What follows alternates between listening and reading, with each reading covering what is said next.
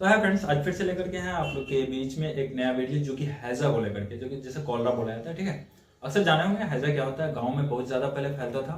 ठीक है, और ये एक बैक्टीरियल डिजीज है जो कि विब्रो कॉलरा नाम की बैक्टीरिया के इन्फेक्शन के कारण ये ऐसा होता था। और हैजा में अक्सर देखते होंगे आप लोग कि हैजा में लूज मोशन बहुत ही ज्यादा हाई हो जाता था, उसके साथ साथ उल्टी होने लगती थी। ये कुछ सिम्टम्स हैं जिसका डिटेल में बात करने वाले हैं हम लोग आज इस वीडियो में। ठीक है, तो आइए सबसे पहले बात कर लेते हैं कि हैजा होता क्या था। ये होने का मेन रीजन की अगर बात करें ना हम लोग हैजा या फिर कॉलरा का, तो वो होता है आपका कंटामिनेटेड फूड या फिर कंटामिनेटेड वाटर।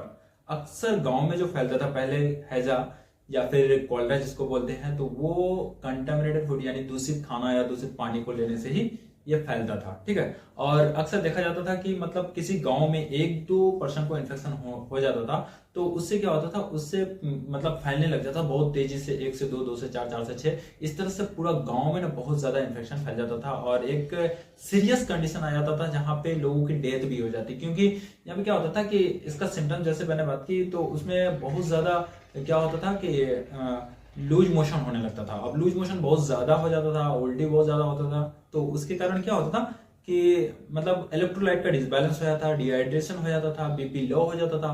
तो ये सारी कंडीशन होने के कारण क्या होता था, डेथ की चांसेस ज्यादा हो जाती थी। लेकिन आज के डेट में कुछ ऐसा नहीं है। देखिए, ये कॉलरा पहले था जब वैक्सीन नहीं निकली थी, लेकिन आज के डेट में जब से वैक्सीन निकल गई है तो ये बहुत ही मतलब कंट्रोल में आ गई है। ठीक है, तो इसको जब ऐसा कंडीशन होता था, ठीक है, या फिर ऐसा होता है कॉलरा या फिर हैजा का केस देखा जाता है, तो इसमें सिम्टम्स की अगर बात करें तो सबसे पहले तो लूज मोशन बहुत ज्यादा, यानी कि एक दिन में की अगर बात करें तो 20 से 30 बार 40 बार तक लूज मोशन हो जाता था। उसके साथ साथ फिर वोमिटिंग होती थी, उल्टी होती थी। ठीक, लेकिन वहीं पे उसके अलावा जैसे दूसरा सिम्टम्स की बात करें तो उसमें डिहाइड्रेशन होने लगता था। जाहिर सी बात है कि लूज मोशन बहुत ज्यादा या फिर उल्टी हो जाएगा तो डिहाइड्रेशन होगा, और डिहाइड्रेशन होने के कारण फिर इलेक्ट्रोलाइट का डिसबैलेंस हो जाता था बॉडी में। ठीक है, तो ये सारे सिम्टम, उसके साथ साथ मसल्स में क्रैम्प आने लगती थी और बॉडी में वीकनेस आने लगता था। ये सारी कुछ बीपी लो हो जाता था, ये कुछ सिम्टम्स देखा जाता था। ठीक है, लेकिन इसमें मेन सिम्टम्स कॉलरा की अगर देखेंगे ना, तो इसमें जो लूज मोशन होता है ना, तो वाटरी डायरिया जो होती है, मतलब वाटर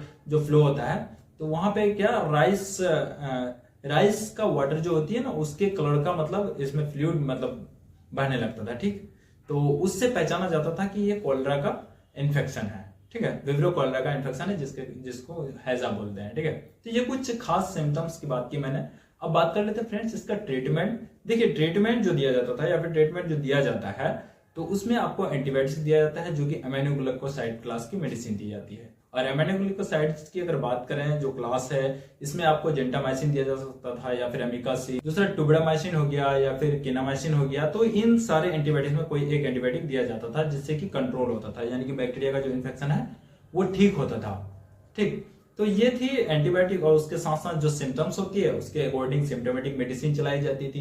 जैसे कि डिहाइड्रेशन हो जाता था, यानी कि फ्लूइड बहुत ज्यादा लॉस हो जाता था, तो उसमें क्या करता था, आरएल या एनएस का यूज करता था। और वहीं पे मतलब इलेक्ट्रोलाइट को बैलेंस करने के लिए इलेक्ट्रल यूज किया था, ओआरएस यूज करा जाता था। ठीक है, तो ये सारी मेडिसिन दी जाती है कॉलरा में या फिर हैजा में। ठीक है, और बात करें प्रिवेंशन का, तो प्रिवेंशन के लिए जो है इसका सबसे पहले तो कंटामिनेटेड फूड या फिर वाटर से बचना है, और दूसरी बात वैक्सीन बहुत जरूरी लगा लेना। ठीक है, वैक्सीन जैसे यूज कर लेंगे, लगा लेंगे, तो उससे क्या होता है कि बहुत कम चांसेस होता है कि इस तरह का डिजीज हो हमें। ठीक है फ्रेंड्स, तो देखिए बात की मैंने कि कॉलरा के बारे में, किस तरह से इसको ठीक किया जाता है, क्या सिम्टम्स देखी जाती है। ठीक है, तो फिर मिलेंगे आप लोगों के साथ नेक्स्ट वीडियो में। लेकिन उससे पहले मैं बात बता दूं फ्रेंड्स, वीडियो सिर्फ नॉलेज पर्पज के लिए बनाया जा रहा है। ठीक है, ओनली नॉलेज पर्पस। यहाँ पे बनाए हुए वीडियो को देख करके कभी भी सेल्फ मेडिकेशन मत कर लेना या फिर नहीं कर लेना, ऐसा कोई सलाह मैं नहीं देता। ठीक है फ्रेंड्स, तो आज का वीडियो समाप्त करते हैं, मिलते हैं आप लोगों के साथ फिर नेक्स्ट वीडियो में।